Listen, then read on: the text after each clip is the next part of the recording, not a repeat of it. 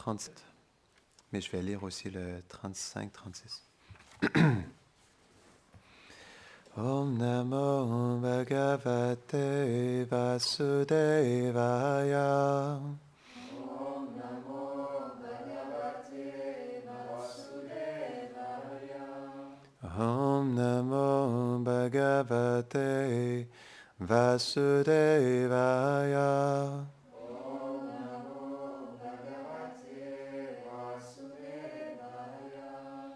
Om Namo Bhagavate Vasudevaya. Om Namo Bhagavate Vasudevaya. Bonjour, bienvenue à Vraj Bhavan. Aujourd'hui, nous allons lire le premier chant, chapitre 7, versets 35, 36 et 37. Donc, vous répéterez le 37. Mainam partarhasi tratum brahma bandhum himam jahi yosavanagasa suptan avadhini shibalakam. Arjuna, tu ne dois pas l'épargner. Ce scélérat, ami d'un brahmana, ne mérite pas le pardon. Tue-le. Il a assassiné 9 garçons innocents pendant leur sommeil. Verset 36. Matam pramatam unmatam suptam balam striyam jadam prapanam viratam vitam naripum hanti dharmavit. Un homme pieux qui, durant sa vie, a eu une bonne conduite, ne devrait même pas tuer un ennemi ivre, un fou, un homme qui dort, un enfant, une femme, un homme apathique, effrayé ou quelqu'un dont le char a été cassé pendant la bataille. Verset 37. Svaprananya parapranai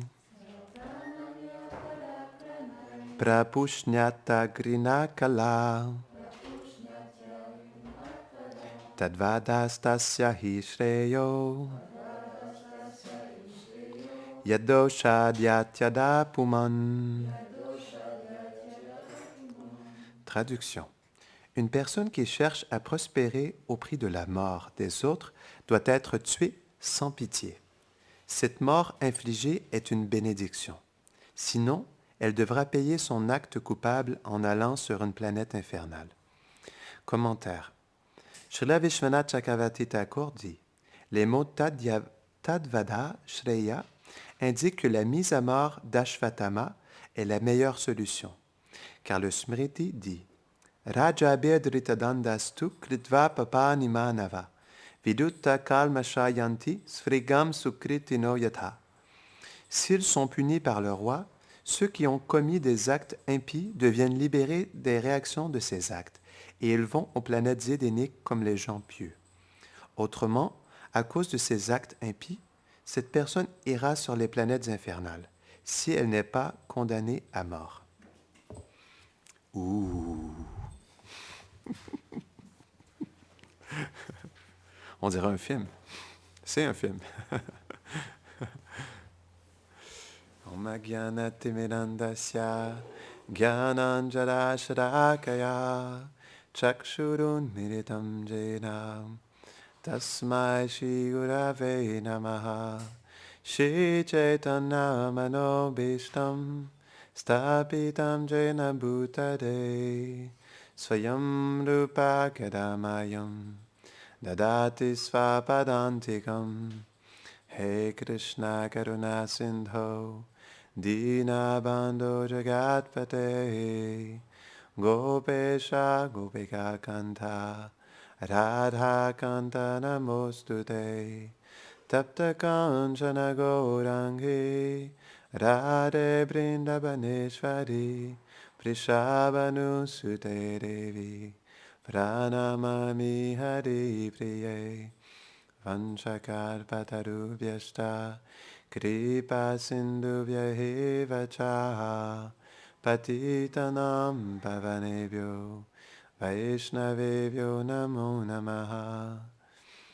Jaya Shri Krishna Chaitanya Prabhu Nityananda Shri Advaita Gadadhara Shivasari Gaura Bhakta Vrinda. Hare Krishna, Krishna Krishna, Hare Hare, Hare Rama, Rama Rama, Hare Hare. Namaham Vishnu Padaya, Krishna Prasthaya Bhutare, Srimate Bhaktivedanta, Swaminiti Namine. Namaste Sarasvati Deve, Gauravani Pracharine, Nirvishesha Shunnavadi, Paschatya Deshatarine. Donc, je vais me retenir de partager ce que je voulais partager parce que je voudrais quand même parler un peu du verset et du commentaire. On pourra parler un peu plus après de ce que j'avais en méditation. Mais donc, on pourrait se poser la question, pourquoi les rois, ils tranchaient la tête? Parce que c'est ce qu'ils faisaient. Hein? Pourquoi ils tranchaient la tête des personnes coupables? Parce qu'on regarde dans notre société moderne, on peut voir que donc, certains pays avaient la peine de mort, même encore certains pays aujourd'hui ont toujours la peine de mort. Donc, il y avait même on peut voir aux États-Unis, par exemple, que même il y a quelques années, il y avait encore la peine de mort aux jeunes délinquants, à des jeunes mineurs. Donc maintenant, ça a cessé, mais même il y a quelques années, il y avait encore la peine de mort aux jeunes enfants. Mais reste qu'il y a encore la peine de mort aux adultes. Non? Donc on pourrait se poser la question, qu'est-ce qui fait qu'une personne, malgré le fait qu'elle ait commis un acte coupable, le roi décide de lui enlever la vie, non? Et on peut voir dans la société actuelle, c'est pourquoi aussi aujourd'hui il y a encore cette pratique-là, parce que c'est une pratique qui a un sens en réalité. Mais ce n'est pas que n'importe qui peut le faire non plus. Ça, c'est bien important de l'expliquer. Parce que, donc, les rois, ils détenaient le dharma. Donc, comme ils étaient, on appelait ces rois les rajarshis. Ce n'étaient pas des rois ordinaires. C'était des rois qui, en réalité, étaient réalisés spirituellement. Parce que dès leur tout jeune enfance, ils étaient éduqués par leur maître spirituel, qu'on appelle, ou les brahmanas, non, les grands sages, pour les aider à comprendre le but de l'existence et à eux-mêmes le réaliser, pour ensuite aider le peuple à le réaliser aussi. Et donc, comme justement, ils comprenaient aussi par le dharma les lois de la nature de ce monde, qui est le karma, parce que ce monde, il est géré par le karma, non l'action et la réaction.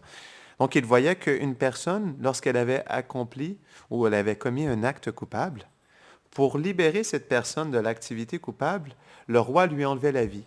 Parce que s'il ne faisait pas ça, lorsque la personne coupable allait quitter son corps, elle allait être obligée, due aux conséquences de ses actions passées, de revivre en fait cette même expérience.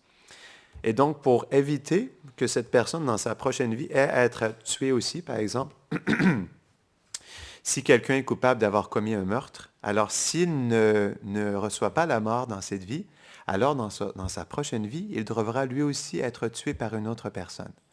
C'est ce qui explique, par exemple, si on regarde, je ne sais pas, je ne connais pas assez l'histoire française, mais si vous regardez l'histoire du Canada, on peut voir que donc, les peuples autochtones étaient... donc, il y a beaucoup de... Dans les peuples autochtones, il y a eu beaucoup, on pourrait dire, de massacres. Non? Beaucoup de personnes ont été tuées. Et donc, ces Autochtones qui ont été tués, ensuite, si on regarde par la loi du karma, ils peuvent reprendre naissance dans un corps de Français ou d'Anglais et ensuite donner la mort à ces mêmes personnes, non? Ou vice-versa. Donc ça, c'est la loi du karma. Elle s'applique d'une manière infaillible parce que ce monde, il est géré de cette manière. Comme l'expliquait Newton dans la loi du mouvement, pour chaque action, il y a une réaction égale et opposée. Et donc, comme les gens s'identifient à ce corps et à l'action intéressée, donc ils sont forcés de subir les réactions de leur karma, les réactions karmiques. Mais Srila Prabhupada, il explique quelque chose d'intéressant dans la Bhagavad Gita, qui, on pourrait dire, est la clé pour se défaire du karma, des réactions karmiques. Il explique que le karma, il survient tout simplement parce que nous sommes dans l'action intéressée, parce que nous sommes attachés aux fruits de nos activités, nous sommes obligés de payer le karma. C'est tout simplement une question de mentalité. Le karma se manifeste parce qu'on est attaché on pourrait dire, on est attaché aux fruits de nos actions, tout simplement. Donc, la meilleure manière, comme l'explique Srila Prabhupada ou nos acharyas, la meilleure manière de se libérer du karma est d'accomplir le service de dévotion. On pourrait dire que c'est un changement de mentalité. au lieu d'être attaché aux fruits de nos actes, on accomplit les mêmes actions, mais comme explique Krishna, graduellement dans un but désintéressé, on n'est pas attaché aux fruits. Et comme on comprend que tous ces fruits, de toute façon, elles appartiennent à Krishna, parce que Krishna, il est l'origine de ces choses, alors on lui donne en retour ce qu'on appelle le service de dévotion. On lui donne en fait ce qu'il nous a déjà donné, et comme ça, on se libère de toutes nos réactions karmiques. Donc ça, c'est le principe du karma, et c'est pourquoi aussi les rois, comme ils comprenaient le karma, ils immédiatement, en fait, par une punition, que ce soit la mort ou une autre punition, on pourrait dire, pas cancellaient, mais ils annulaient, non. Ils annulaient la réaction karmique. Et c'est ça le problème aujourd'hui. Comme il n'y a pas de roi pour, on pourrait dire, faire régner le dharma, non? À cause de ça, malheureusement, les gens sont forcés dans cette vie ou dans une prochaine de subir les réactions karmiques. Et ça, c'est un vrai problème dans la société. Comme il n'y a pas de roi pour punir ceux qui, on pourrait dire même pour punir les leaders de la société qui sont corrompus ou qui ne comprennent pas le but de l'existence, ben, la société est devenue complètement chaotique, malheureusement. C'est vraiment ce qui se passe aujourd'hui parce que les rois sont faits pour s'assurer que le dharma soit protégé. Parce qu'il y a un verset il y a un verset dans le Mahabharata qui est très intéressant, qui explique que si on protège le dharma, alors le dharma nous protégera. Et si on détruit le dharma, alors le dharma nous détruira. Ça, c'est le karma, non, mais en lien avec le dharma. Et c'est ça le problème dans la société, c'est comme en réalité, les gens ne sont pas du tout dharmiques. Il n'y a aucun respect du dharma. En anglais, on dit whatsoever. On pourrait dire, comment on peut traduire ça? Whatsoever. Il n'y a aucun... pardon? D'aucune manière, mais j'aime bien whatsoever. D'aucune manière, nous ne protégeons le dharma. Et à cause de ça, il y a des réactions, on pourrait dire, quand même assez intenses dans la société. Ça, en plus, ce n'est pas n'importe quel karma, mais dans notre société aujourd'hui, pas seulement de surconsommation, mais d'exploitation, de corruption, non, des ressources, d'exploitation des gens à travers toutes sortes de manières. Ça crée du ugra karma qui est vraiment violent. Et comme Srila Prabhupada expliquait, lorsqu'on crée des missiles, comme on les crée dans l'énergie, un jour elles devront être utilisées. Non? Donc le point dans ça, c'est que comme les gens exploitent profondément les ressources et la population et les animaux, un jour ou l'autre, les réactions vont venir. Donc par exemple, Prabhupada il expliquait que la plupart des problèmes dans la société viennent de la tuerie d'animaux. Parce que selon les textes du Dharma, comme par exemple la Manu Samhita, le pire des péchés est de tuer un être vivant. Donc, tuer un animal est on pourrait dire, un acte qui est vraiment répréhensible. Non? Donc, des êtres vivants qu'on peut tuer, si on tue un brahmana, c'est encore pire que tuer des animaux. Mais on peut voir dans la société qu'il y a des milliards d'animaux qui sont tués à tous les années. Non? Donc ça, c'est vraiment, ça crée ce qu'on appelle le Ugra Karma, ça c'est le pire. Selon le Manu Samhita, la pire de toutes les réactions est la tuerie des animaux. Non? Parce qu'il y en a tellement aujourd'hui, et ça crée un karma qui est vraiment intense. C'est ce qui fait qu'il y a toutes sortes de complications dans la société. Srila Prabhupada, il expliquait que c'est les catastrophes naturelles, ce sont les guerres, les famines, les conflits, même les choses politiques aussi. Parce que cet ugra karma, et pas seulement ça, mais comme les gens mangent la viande, c'est quelque chose qui congèle la conscience. Et comme la conscience, elle est congelée, il n'y a pas la place pour réfléchir sur des aspects supérieurs de la vie. C'est pourquoi les gens se maintiennent dans une profonde ignorance aussi. Parce qu'à la fois, ils congèlent leur conscience et à la fois aussi, ils engendrent un karma qui est très négatif dû au fait qu'ils mangent de la viande. Donc, ça, c'est pourquoi, en quelque sorte, comme par exemple, Srila Prabhupada, il disait de ses disciples qui avaient quitté la voie de la dévotion, il avait dit, au moins, ils sont végétariens. Comme c'est quelque chose qui est vraiment intense, au moins, ils se sont libérés, en fait, de ce karma de manger de la viande. Donc, je ne voulais pas aller plus loin là-dessus parce qu'il y a quelque chose que je voulais parler aujourd'hui. Il me semble qu'on ne parle pas souvent de l'importance de chanter le Saint-Nom, à quel point c'est important aussi de développer le chant du Saint-Nom parce que c'est la chose la plus importante. Mais comment est-ce qu'on peut s'absorber dans le Saint-Nom? Ça commence par comprendre que nous ne sommes pas ce corps, de s'absorber en tant que notre réelle personne. Parce que le chant du Saint-Nom, il peut être chanté à différents niveaux. Il peut être chanté au niveau du corps. On peut tout simplement juste vibrer la vibration sonore du mantra. Non, tout le monde peut le faire. Si on rencontre quelqu'un dans la rue et on lui donne cette petite carte, s'il te plaît, chante ce mantra. Il peut même le chanter devant nous, mais ça ne veut pas dire qu'il est sur la voie de la dévotion, non. Donc, on peut chanter juste mentalement aussi, on pourrait dire s'absorber mentalement dans le chant, mais est-ce que ça, c'est suffisant aussi? Donc, dans le Dharinam Chintamani, Bhaktivinoda Thakur, il explique qu'il faut chanter avec sentiment, que c'est vraiment essentiel. Mais pour chanter avec sentiment, il faut avoir une expérience du Saint-Nom. Et quel est le niveau de notre expérience? Est-ce qu'elle est corporelle? Est-ce qu'elle est mentale? Est-ce qu'elle est émotionnelle ou est-ce qu'elle est dévotionnelle? Donc, il y a différents niveaux où on peut chanter le Mahamantra. Et c'est pourquoi on ne peut pas s'attendre, si on chante le Mahamantra au niveau physique, mental ou émotionnel, on ne peut pas s'attendre à faire vraiment beaucoup d'avancement spirituel. Donc, si on ne fait pas beaucoup d'avancement spirituel, c'est parce que le chant de notre Saint-Nom, il n'est pas assez profond. Parce qu'on peut chanter pendant des années comme ça. Pourquoi? Parce que dans la réalité matérielle, on rentre dans des mécanismes d'habitude, non? On rentre dans l'habitude de faire la vaisselle, dans l'habitude de se brosser les dents. Et même aussi, notre sadhana peut devenir une habitude aussi. Et c'est quelque chose qu'on doit casser, ça. Mais pour le casser, on doit en être conscient de cette difficulté. Si on est conscient justement que notre chant, il n'est pas attentif ou il n'est pas assez profond, alors là, on aura une inspiration en fait de le changer. Mais il faut vraiment en être conscient et il faut être conscient aussi du danger de chanter mécaniquement. Parce qu'on peut chanter mécaniquement pendant des années et il ne peut pas se passer grand-chose non plus. Je me rappelle Devaki Mataji, elle expliquait ça dans sa retraite du Saint-Nom. Et ça, c'est un point qui est intéressant. Elle disait, OK, imaginez-vous, vous pouvez chanter pendant 1 an, 5 ans, 10 ans, 20 ans, 50 ans le chant du Saint-Nom inattentivement. Et dans ces 50 années de chant du Saint-Nom, quel sera le développement de votre relation avec Krishna? Est-ce qu'il va vraiment se passer grand-chose dans votre cœur, dans votre relation avec Krishna?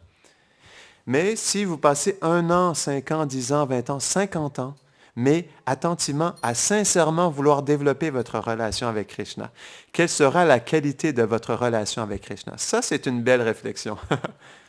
Parce qu'on peut continuer à chanter jour après jour, mais est-ce qu'on développe réellement notre relation avec Radha et Krishna? Et ça, c'est une méditation qui est vraiment importante. Pourquoi? Parce que le chant du Saint-Nom, c'est la fondation de notre vie spirituelle. La qualité de notre vie spirituelle dépend de la qualité de notre chant. On ne peut pas passer à côté. Pourquoi? Parce que le chant, c'est ce qui nous fait développer notre relation avec Krishna. Donc, on expliquait l'autre jour que on ne peut pas faire d'avancement spirituel sans la miséricorde d'un pur dévot. Et ça, c'est un point essentiel. Prendre refuge du Vaishnav Thakur, c'est quelque chose qui est primordial dans notre vie dévotionnelle.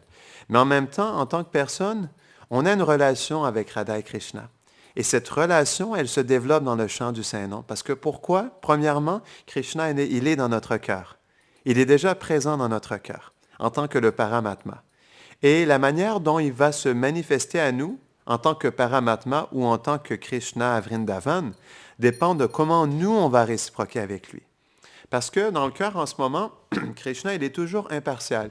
Il est témoin de nos pensées, de nos sentiments, de nos désirs, de nos actions, et il nous regarde. Il peut rester comme ça parce qu'il est dans cette disposition avec nous, mais est-ce qu'on veut que ça continue comme ça? Si on veut que Krishna se révèle dans notre cœur, si on veut qu'il relationne personnellement avec nous, qu'il passe de la neutralité du Paramatma à, on pourrait dire, l'aspect actif de cette personne qui est Krishna à Vrindavan, on doit lui montrer qu'on veut relationner plus personnellement avec lui. Et ça commence par le chant du Saint-Nom. Donc, au début, quand on chante le Mahamantra, il faut vouloir avoir l'expérience du Mahamantra. Mais l'expérience, elle se fait à quel niveau? Parce qu'on peut chanter avec cette fausse personnalité.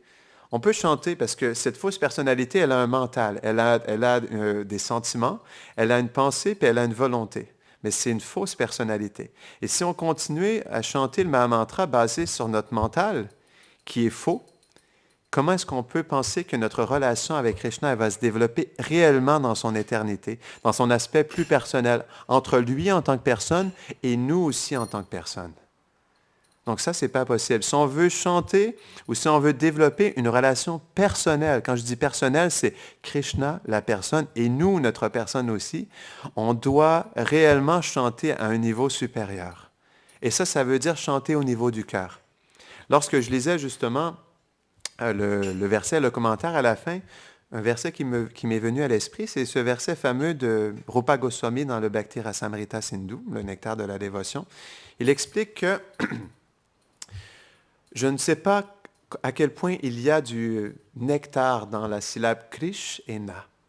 Et lorsque je m'émerveille justement à m'absorber dans ces deux syllabes, j'aimerais avoir des millions d'oreilles pour pouvoir écouter. Non, il commence par des millions de langues pour pouvoir le chanter, le faire vibrer, des millions d'oreilles pour pouvoir l'écouter, et ensuite que ce mantra vienne dans la cour intérieure de mon cœur. Encore là? Courtyard of the heart, c'est joli en anglais. La cour intérieure de mon cœur. C'est pas aussi joli en français, mais c'est comme ça, les langues ont certaines limitations. Mais dans la cour intérieure de mon cœur, s'il te plaît, Krishna, viens te danser dans la cour intérieure de mon cœur et sois mon compagnon dans cette cour intérieure. Danse avec moi dans mon cœur, non. Mais pour que Krishna vienne danser dans notre cœur, ça commence par, on pourrait dire, ça commence au niveau physique, c'est on veut chanter et bien prononcer le mantra lorsqu'on le chante. Une fois qu'on le prononce bien, on veut pouvoir bien l'écouter aussi, parce que pour qu'il rentre dans le cœur, il faut qu'il rentre dans l'oreille en premier. Et qu'est-ce qui rentre dans l'oreille? C'est notre écoute. Et qu'est-ce qu'on écoute, non? Si on n'écoute pas le mantra, qu'est-ce qui va rentrer? C'est plutôt, on pourrait dire, les pensées de notre mental vont rentrer. Ça, il y en a plusieurs. Il y en a 60 à 80 000 par jour, non? C'est expliqué que, comme par exemple, comment je pourrais expliquer ça? Non, on va s'en tenir à ça. Donc, il y a entre 60 000 à 80 000 pensées par jour qui viennent dans notre esprit. Donc, c'est vraiment facile d'absorber notre chant avec nos pensées, avec notre mental. Parce que le mental, il est tellement présent et il a tellement d'impressions que c'est tellement facile pour le mental de déverser, en fait, toutes ces impressions sur nous. Donc, pour pouvoir réellement, ça commence par la bonne prononciation, ensuite la bonne écoute, et une fois qu'on l'écoute attentivement, on veut le recevoir de quelle manière, non, le mantra? Et ça, c'est une disposition intérieure. Donc, c'est physique, mental, émotionnel et dévotionnel, non? Donc, l'âme, elle est située dans la région du cœur. Elle n'est pas située dans le mental. Non. Elle est située dans la région sacrée du cœur. Donc, si on veut que l'âme puisse réellement chanter, parce que quand on chante, donc n'importe, comme on expliquait, on peut même demander à un perroquet de répéter le Mahamantra. Mais est-ce que c'est le perroquet ou c'est l'âme qui chante lorsqu'il chante? Non. Donc, pour que l'âme chante réellement, il faut aller dans une disposition intérieure. C'est pourquoi la vie dévotionnelle, ça commence en externe, mais ça se termine en interne. Parce que pour réellement avoir une expérience substantielle du Mahamantra, on doit chanter avec notre âme qui est située dans le cœur. La petite personne que nous sommes dans le cœur. Il faut que ce soit cette personne-là qui chante le Mahamantra, non? Parce que, donc même quand je parle en ce moment ou quand j'ai chanté tout à l'heure, c'est pas moi qui chante, c'est pas moi qui parle. Il y a une langue qui répète et il y a des cordes vocales qui font sortir un son. Mais ce son-là, c'est pas moi.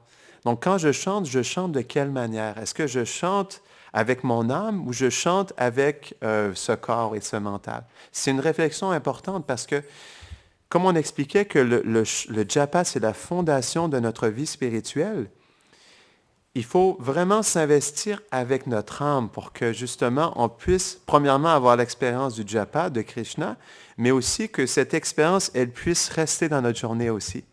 Donc c'est pourquoi on doit vraiment faire attention de quelle manière on absorbe notre conscience. Parce qu'on ne peut pas s'attendre à avoir une expérience, on pourrait dire, comment je peux expliquer ça? Une expérience vraiment profonde si on chante juste au niveau du mental. Parce que le mental, c'est faux. Le mental, ce n'est pas nous. C'est tout simplement une couche qui nous recouvre. Donc si on chante le Mahamantra, mais en s'absorbant dans cette couche subtile du mental, de l'intelligence et du faux ego, on ne peut pas s'attendre à ce que notre expérience, elle soit vraiment spirituellement profonde. Si on la garde au niveau de cette couche subtile du mental, de l'intelligence ou du faux ego, ce n'est pas possible. Donc, si on veut vraiment que notre expérience du japa, elle soit vraiment transcendantale ou qu'elle se nourrisse de la transcendance, on doit vraiment aller à l'intérieur de nous-mêmes. On doit comme, par exemple, se créer cet espace sacré. Ça, c'est important parce que Quel espace sacré avons-nous lorsque nous commençons notre japa? Donc, est-ce qu'on commence le japa avec le mental complètement, déjà on pourrait dire, alourdi des impressions, ou on commence le japa en ouvrant la porte de notre espace sacré et en s'assoyant bel et bien dans cet espace et en prenant le temps justement de s'absorber dans cet espace intérieur, non? Ça, c'est vraiment essentiel parce que sinon, on ne peut pas s'attendre à faire vraiment de progrès spirituel à travers le chant du Saint-Nom. On doit vraiment faire attention, créer cette disposition intérieure. Comment est-ce qu'on peut rentrer dans cet espace sacré? Ça commence par, on pourrait dire, en premier, par une disposition physique. Donc, lorsqu'on s'assoit pour chanter le Mahamantra, comment est-ce qu'on se dispose physiquement pour pouvoir entrer dans la réalité du Nam, non? Est-ce que notre corps, il est bien disposé, non, pour pouvoir chanter? Parce que si le corps n'est pas bien disposé, après ça, le mental, il s'absorbe en fait plus facilement dans toutes ses pensées, non? Donc, ça commence par le corps. Comment est-ce que mon corps il est bien disposé? Est-ce que je prends des grandes respirations? Est-ce que je ne suis pas trop fatigué? Est-ce que je suis bien assis? Est-ce que je suis bien disposé pour pouvoir, pendant ces prochaines heures, vraiment m'absorber plus profondément? Non? Donc, une fois que le corps est bien situé, après ça, le mental. Est-ce que je peux... Donc, j'ai toute ma journée pour penser à autre chose. Par exemple, Bhakti Tirtha Maharaj, il expliquait qu'on a 24 heures dans une journée, mais est-ce que je vais passer toute ma journée à penser à mes problèmes? On pourrait, parce qu'on a tellement de problèmes, tellement de choses à régler. Ah, j'ai pas fait ci, les choses se sont passées comme ça, j'aurais pas dû faire ça. Mais est-ce qu'on ne pourrait pas plutôt prendre un moment dans la journée où, OK, mes problèmes, je les adresse complètement dans ce moment-là? Donc, Bhakti Tirtha Maharaj, il avait une pratique intéressante. Il avait dans son horaire quotidienne, il avait un moment où vraiment il s'absorbait intensément dans tous ses problèmes. Et là, c'était à ce moment-là qu'il réglait tous ses problèmes. Donc, je trouve que c'est une pratique qui est vraiment intéressante parce que des problèmes, il y en a tout le temps. On est dans le monde matériel. Il y a toujours des complications, il y a toujours des choses à régler, toujours des choses à faire, même pas juste pour le service de dévotion. En tout cas, ça reste un service, mais pour ce qui est de, on pourrait dire, de notre carte vitale du RSA ou de je ne sais pas trop quoi. Non, il y a tellement de choses compliquées dans ce monde, dans cette société, non, actuelle. Donc, il y a tellement déjà plein de problèmes matériels externes qu'on doit régler, que dire juste des complications des fois de notre service, non? Donc, il faut quand même faire la part des choses, puis on ne peut pas sacrifier notre temps de japa, c'est pas possible, c'est trop un moment qui est sacré. C'est notre communion avec Krishna. On peut pas c'est comme c'est le moment le plus important de la journée, puis on va prendre tous nos problèmes puis on va les mettre là. Ça, c'est pas possible. On ne peut pas faire ça parce que c'est comme on se couple d'un moment tellement précieux pour pouvoir communier et pour pouvoir nourrir notre relation avec Krishna. Et si on transpose tous nos problèmes matériels et on les met là, alors là, vraiment, on est complètement en dehors de la raille, non? En dehors de la tracte.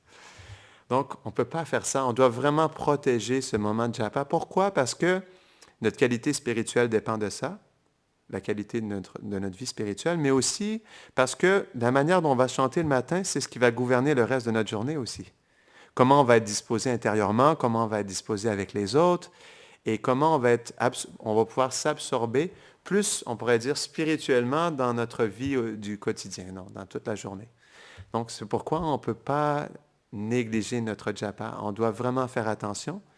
Comment est-ce qu'on peut avoir un chant de qualité? Comment est-ce qu'on peut avoir une méditation? Et comment est-ce qu'on peut chanter au niveau de notre âme? Ça, c'est vraiment essentiel parce que, comme on expliquait, même dans le service de dévotion, dans tout ce qu'on fait, on peut juste être dans un automatisme où notre corps et notre mental s'absorbent, mais notre âme, ce que nous sommes réellement, comment lui, il s'épanouit? Comment il se réveille? Parce que ça, c'est une réflexion qui est importante. Tout ce que nous faisons avec ce corps, ce mental, cette intelligence et ce faux ego, c'est quelque chose qui est complètement faux. Ça ne veut pas dire qu'on le laisse, mais il faut l'engager avec notre âme. C'est ça qui est important. Et ça commence par le japa de qualité, parce que le japa de qualité, il va faire en sorte que notre âme, elle pourra être éveillée à travers toutes les choses qu'elle a à faire dans la journée. Et là, au moins, même si ce sont des choses qui sont, comme on l'expliquait, aller s'occuper du RSA ou de la carte vitale ou d'aller acheter un nouveau pull, là, au moins, on pourra le faire en pleine conscience de notre relation avec Krishna. Parce que c'est pas seulement qu'on va devoir pour le corps acheter un pull, mais non, c'est que notre âme, elle est présente, elle est éveillée et elle doit continuer à vivre. Elle doit continuer à, on pourrait dire, à être absorbée dans sa relation avec Krishna. Et je ne laisserai pas le fait d'aller m'acheter un pull me mettre dans l'oubli de ma relation avec Krishna. Donc, et c'est pourquoi le japa de qualité permet l'absorption constante dans notre relation avec Krishna. Comme ça, au moins, aller acheter son pull, ça devient quelque chose de transcendantal. Changer la couche de son enfant, ça devient quelque chose de spirituel. Donc, c'est ça le secret de la bhakti, c'est comment est-ce que l'absorption intense dans mon japa peut me permettre, dans toute ma journée, de rester connecté dans ma relation avec Krishna. Donc, on va terminer ici. Est-ce qu'il y a des questions ou des réflexions avant qu'on termine? Japa ki, Jai Mahamantra ki, Jai.